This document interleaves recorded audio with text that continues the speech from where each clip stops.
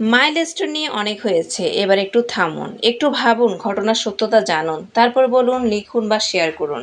আমরা বাঙালি, তিলকে তাল বানানো আমাদের জন্মগত স্বভাব। 21শে জুলাই মাইলস্টোন কলেজের পাশে যে বিমান বিধ্বস্ত হলো সেই ঘটনাস্থলে আমি নিজে উপস্থিত ছিলাম। অনেক কিছু আমার নিজের চোখে দেখা, বিশ্বাস করুন।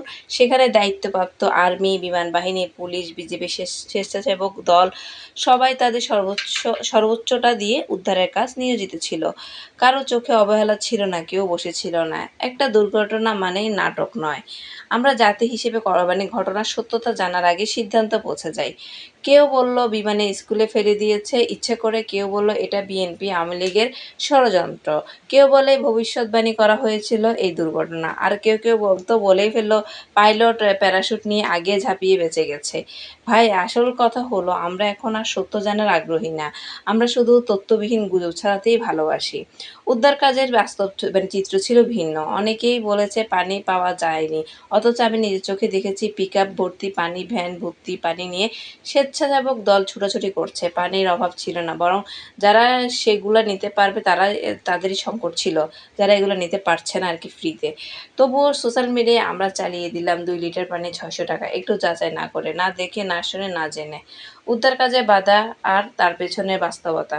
হাজার হাজার মানুষ একসাথে ভিড় জমায়, কেউ যায় ভিডিও করতে, কেউ যায় লাইভ দিতে, কেউ কৌতূহল নিয়ে, আবার কেউ সুযোগ নিতে। এই ভিড় নিয়ন্ত্রণ করতে গিয়ে নিরাপত্তা বাহিনীকে কঠোর পদক্ষেপ নিতে হয়। তখন আমরা বলি আর্মি মানুষ মারতেছে, কিন্তু ভাই আপনারা বাসার সামনে যদি 500 মানুষ একসাথে দৌড়াদৌড়ি করে, আপনি তখন কি? অনেকে তো প্রশ্ন করছে স্কুল কেন থাকবে, বিমান কেন ওখানেই উঠবে? এই প্রশ্নগুলো করার আগে আমাদের জানা দরকার মাইলস্টোন কলেজ সেখানে আজ হঠাৎ গড়ে ওঠেনি।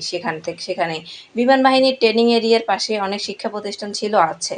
তাহলে এখন হঠাৎ করে এমন প্রশ্ন আসে কেন? কারণ আমরা ইতিহাস জানি না, জানতে চাইও না, শুধু মতামত দিতে চাই। আমরা আসলে কেমন জাতি? আমরা এমন এক জাতি যারা অসত্যের উপর ভিত্তি করে একটা চিৎকার করি। সেখানে সত্যিকারের যোদ্ধারা চুপচাপ কাজ করে যায়। আসলে মানুষগুলা খবর হয় না। গুজব ছড়ানো লোকগুলা ভাইরাল হয়। যেগুলা কাজ করে তারা ভাইরাল হয় না। আর যারা গুজব ছড়ায় তারা রাতারাতি ভাইরাল হয়ে যায়। আমরা যে নির্লজ্জভাবে সত্যকে আড়াল করে গুজবকে লালন করি তা আজ প্রমাণিত। শেষ কথা, দায়িত্বশীল জাতি হয়ে ওঠা আমাদের জন্য সময়ের দাবি। একটা দুর্ঘটনা যেন আরেকটা গুজব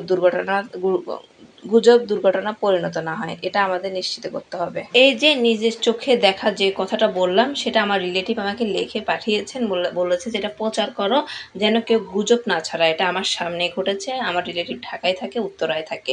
সে তার সামনে যা যা ঘটেছে আমাকে ভিডিও ক্লিপও দিয়েছে, এমনকি সে তার বিস্তারিত আমাকে বর্ণনাও দিয়েছে। আপনারা এই ভিডিওটা একটু বেশি করে শেয়ার করে দিবেন, কমেন্ট করে, লাইক দিয়ে পাশে থাকবেন, মানুষের মাঝে পৌঁছিয়ে দিবেন, যেন মানুষ গুজবটা না ছড়ায়।